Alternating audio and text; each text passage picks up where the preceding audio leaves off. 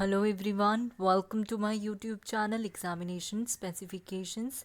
Today in this video, I am going to deal with section 129 as well as from 129 to 131 of Indian Contract Act 1872. ठीक है, ये topic इसके अंदर covered up है आपका contract of guarantee.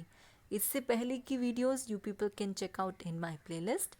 ठीक है, नाउ प्रोसीडिंग फर्दर, सेक्शन 129 क्या बोलता है? It says it is talking about, it gives us the definition of what is continuing guarantee. So ये defined कहाँ पे है? सेक्शन 129 के अंदर. ये बोलता है कि a guarantee which extends to a series of transaction is called a continuing guarantee. Means सबसे पहले आपको सिंपल सा एक मतलब पता होना चाहिए कि स्पेसिफिक गारंटी क्या होता है. देन हम आते हैं कॉन्टिन्यूइंग गारंटी के ऊपर. देखो, स्पेसिफिक गारंटी क्या होता है? It is a guarantee which is for a single debt और any specified transaction. It comes to an end when such debt has been paid. ठीक है, वो खाली एक सिंगल ट्रांजैक्शन के ऊपर होता है और एक स्पेसिफाइड पीरियड के लिए होता है. जैसे ही वो कंप्लीट हुआ वो काम पूरा माना जाता है. बट जब हम कॉन्टिन्यूइंग गारंटी की बात करते हैं, ये सीरीज ऑफ ट्रांजैक्शन मतलब जो चलता जा रहा है. ठीक है, it is applying to the series of transaction. It applies to all transactions entered into by the principal debtor until it is revoked by the surety. ठीक है, सो continuing guarantee क्या है? It is for the series of transaction and it extends basically to the series of transaction. यहाँ specific की नहीं है, एक particular time duration, एक जैसे कि एक महीने के लिए है तो वो specific गारंटी है कि इस डेट को आपको कंप्लीट कर देना है इस तारीख को. ठीक है, अगर वो सीरीज में चलता हुआ आ रहा है, ठीक है, उसका continue second month, third month, fourth month, fifth month, sixth month etcetera, so ये कंटिन्यूइंग गारंटी कहलाई जाती है which is in series. Let us understand this continuing guarantee with an illustration. देखो, इलस्ट्रेशन के according A guarantees payment to be of the price of 5 sacks of flour to be delivered by B to C and to be paid for in a month. B delivers 5 sacks to C. C pays for them. Afterwards, B delivers 4 sacks to C, which C does not pay for. The guarantee given by A was not a continuing guarantee and accordingly he is not liable for the price of 4 sacks. आप क्या समझे इससे? Simple सा है, पहले एक एक line से समझो. ए गारंटी करता है, A guarantees payment to be of the price of 5 sacks of flour to be delivered by B to C. इस इलस्ट्रेशन के according A is surety to be for 5 sacks of flour to be supplied to C. तो वो किसकी guarantee ले रहा है?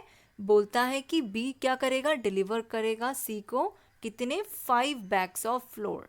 ठीक है, नाउ बी डिलीवर और and to be paid for in a month, और उसको एक फॉर अ मंथ पे किया जाएगा उन 5 bags की डिलीवरी के लिए.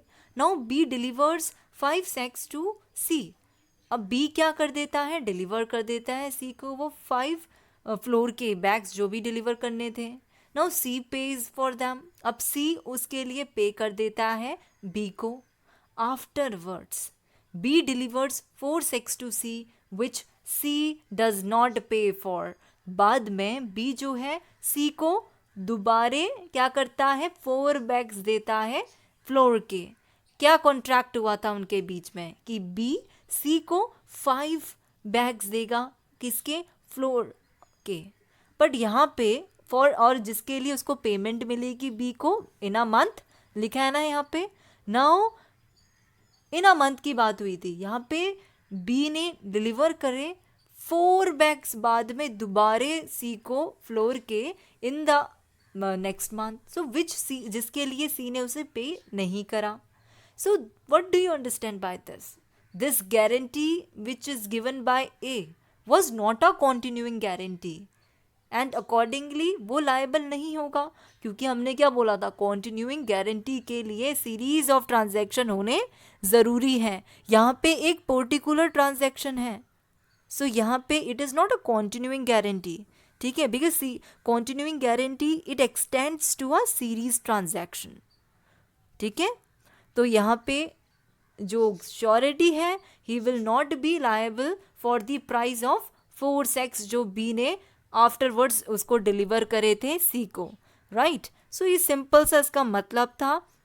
And one thing is important that series of transaction होना ज़रूरी है. आप ये नहीं कि एक पर्टिकुलर ट्रांजैक्शन, सिंगल ट्रांजैक्शन को आप कॉन्टिन्यूइंग ट्रांजैक्शन नहीं बोल सकते, बिकॉज वो एक क्या होगा, it will be a specific guarantee, because specific guarantee it is for a single debt और एनी स्पेसिफाइड ट्रांजैक्शन.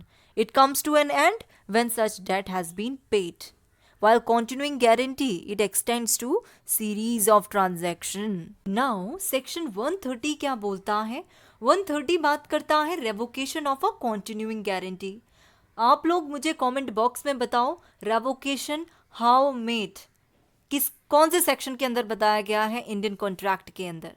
ठीक है, tell me in the comment box. अगर आपको वो नहीं पता तो आपको वो बात पता होनी ज़रूरी है. Check out in the Indian contract act, कौन से पूरे बैरक देख लीजिए आप और मुझे बताइए कहाँ पे है. अब देखो सेक्शन 130 क्या बोलता है. It says about a continuing guarantee may at any time be revoked by the surety as to future transaction by notice to the creditor.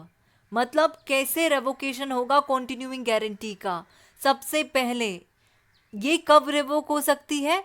May at any time be revoked by the surety as to future transaction. कौन से transaction के लिए? Past transaction और future transaction. As to future transaction बोला है 130 के according. By notice to the creditor. और कैसे हो सकता है? नोटिस देकर क्रेडिटर को.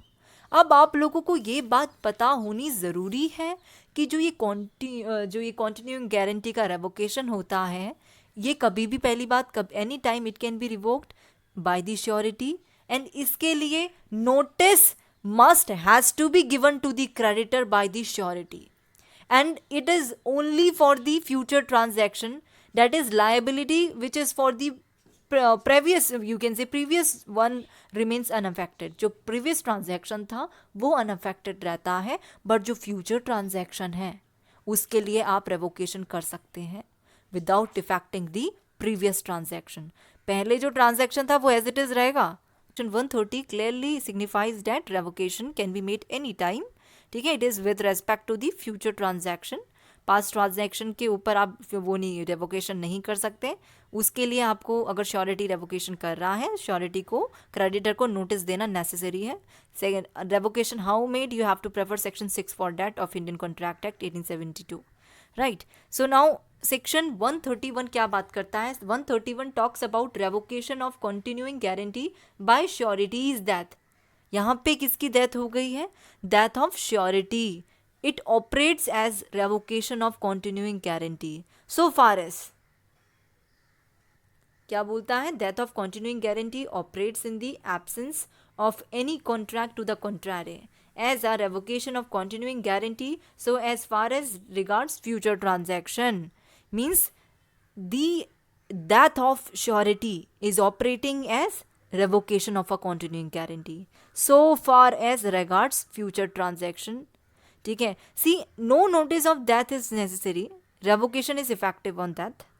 Where parties agree for a special notice of revocation on death of the surety, the estate of the deceased becomes subject of the continuing guarantee.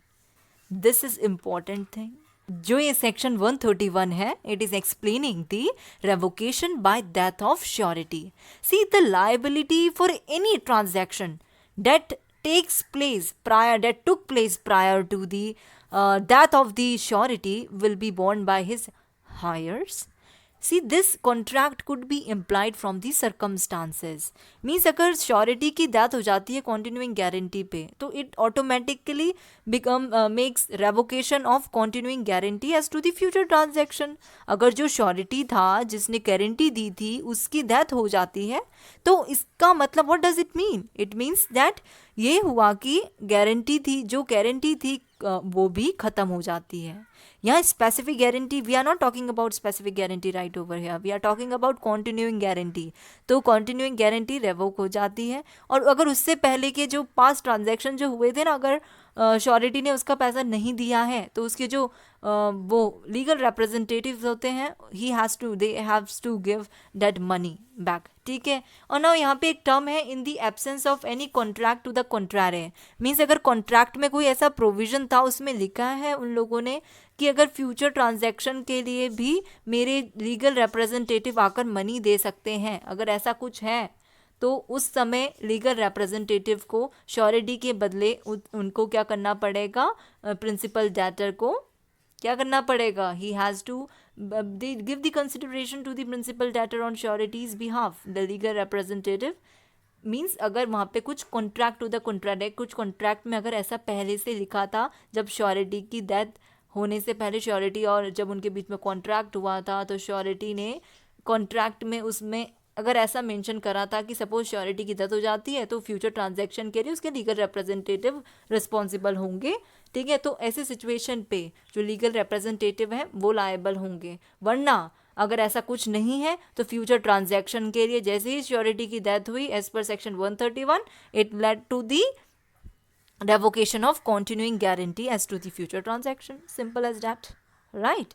So this was all about section 129, 130 and 131 of Indian Contract Act 1872.